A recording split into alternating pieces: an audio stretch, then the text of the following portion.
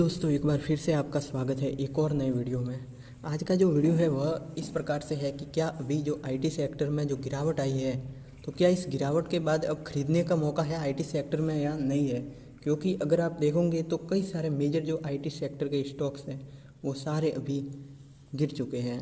अगर मैं आपको दिखाऊँ तो जैसे विप्रो को ही देख लेते हैं। सबसे पहले तो विप्रो को देखो तो उसने अभी जो लेटेस्ट हाई बनाया था उसके बाद से लगभग 10% तक की गिरावट दे चुका है।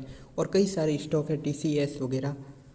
तो क्या अभी इस गिरावट के बाद ख़रीदने का मौका है या नहीं है, तो इसके लिए मैं आपको सबसे पहले यहाँ पर एक पेज पर ले जाता हूँ।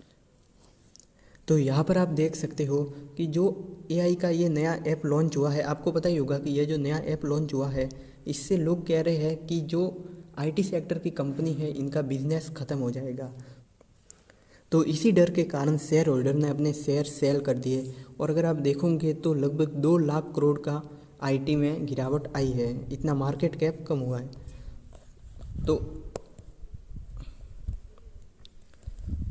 तो आईटी सेक्टर में एक मेजर जिनका नाम चलता है सीईओ है रवि कुमार एस। उन्होंने इनके बारे में क्या कहा है, तो उन्होंने यह कहा है कि अ टूल और a technology would be plugged into an enterprise landscape and magically there will be output coming out of it. If that's the case, why hasn't the value drifted into enterprise over the last 3 years since OpenAI launched ChatGPT? इनका कहना है कि अगर वास्तव में कोई app ऐसे launch कर दे, मानो वो एआई है तो वो लॉन्च कर दे, तो ChatGPT भी 3 साल पहले लॉन्च हुआ था, उसने अब तक क्यों नहीं इतनी जॉब्स खाई है और क्यों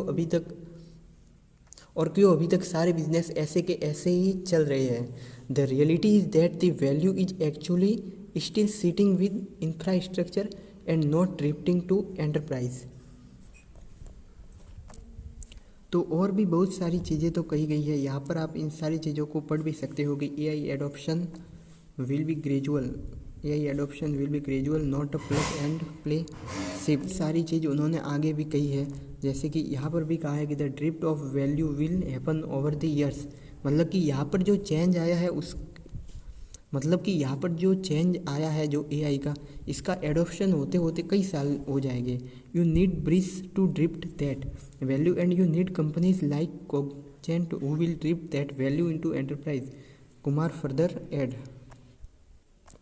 यहाँ पर जो फॉर्मर इन्फोसिस के सीईओ थे विशाल सिक्का, उन्होंने भी एक्स पर ऐसा ही कुछ लिखा था कि इससे ज़्यादा कुछ फ़र्क पड़ने वाला नहीं है।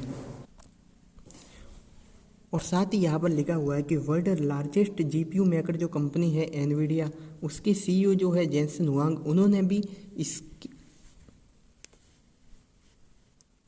उन्होंने भी इसके फियर से पुश बैक कर लिया है, क्योंकि उनका भी कहना है कि इससे हमें कोई भी फ़र्क नहीं पड़ने वाला है। लेकिन फिर भी वर्ल्ड वाइड लेवल पर कई सारे इन्वेस्टर जो है वो सेल कर रहे हैं आईटी सेक्टर के स्टॉक्स।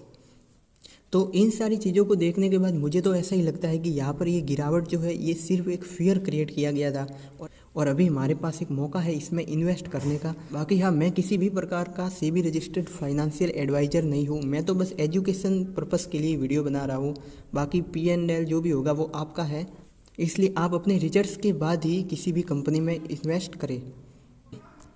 बाकी अगर कंपनीज़ के हम टेक्निकल्स देखें तो जैसे कि हम विप्रो में ही आ जाते हैं सबसे पहले। तो आप देख सकते हो कि विप्रो अपने ऑल टाइम हाई से अब अभी लगभग वर्तमान में 35% नीचे ट्रेड कर रहा है।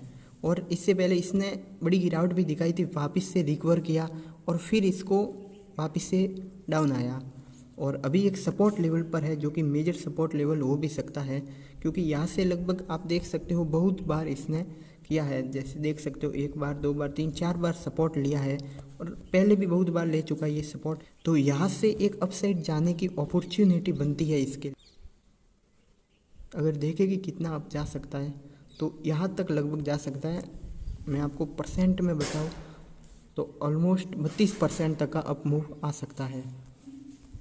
बाकी हाँ, मैं किसी भी प्रकार का फाइनेंशियल एडवाइज़र नहीं हूँ, मैं किसी भी स्टॉक को बाय करने का टिप्स वगैरह नहीं दे रहा हूँ। मैं सिर्फ एजुकेशनल पर्पस के लिए वीडियो बना रहा हूँ कि अभी कई सारे आईटी स्टॉक है जो कि मेजर डाउन मतलब कि नीचे के स्तर पर चल रहे हैं और यहाँ से जहाँ तक मुझे लगता है वापस से एक अपसाइड का बड़ा मूव आ सकता है।